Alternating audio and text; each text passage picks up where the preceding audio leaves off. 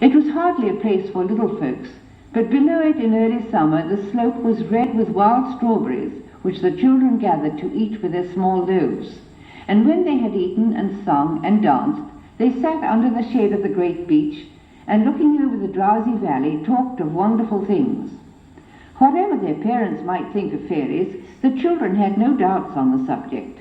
They not only believed in them, but were favorable to them. That the fairies had been banished for their sins and forbidden the tree was not proof that they did not visibly assemble there. Joan, wife of Mayor Aubery, had seen them. It was said that they sometimes took one up in the air. This happened on Thursday, clearly a magic day. The wreaths suspended on the tree by the children were sometimes carried away during the night. Who but the fairies would take them? The children discussed these matters in the virtue of charms and amulets.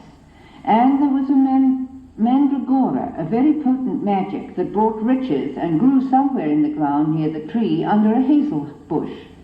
But this was evil, a perilous thing to have, and not to be spoken of openly. That Joan heard this talk we know from her own story.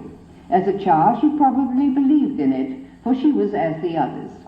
Yet she was different. Even in that early time, when she played and danced and sang with her companions, she was often not really with them, but in a land where her playmates did not and could not enter.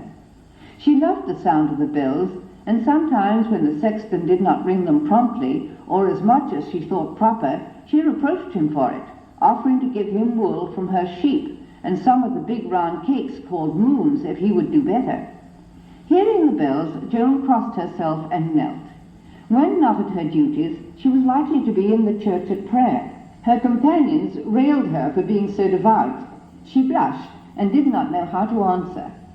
To escape them, she went to the little chapel of Bermont, the remote shrine in the woods beyond Greux.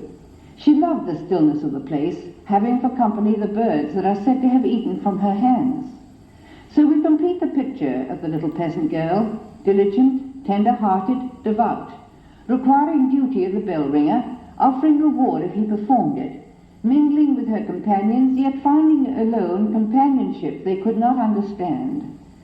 Said one of these, often while we were at play, Jeannette drew apart and spoke to God. The others and myself teased her about it. Certainly she was different. Her priest at that time declared that there was not her like in the village.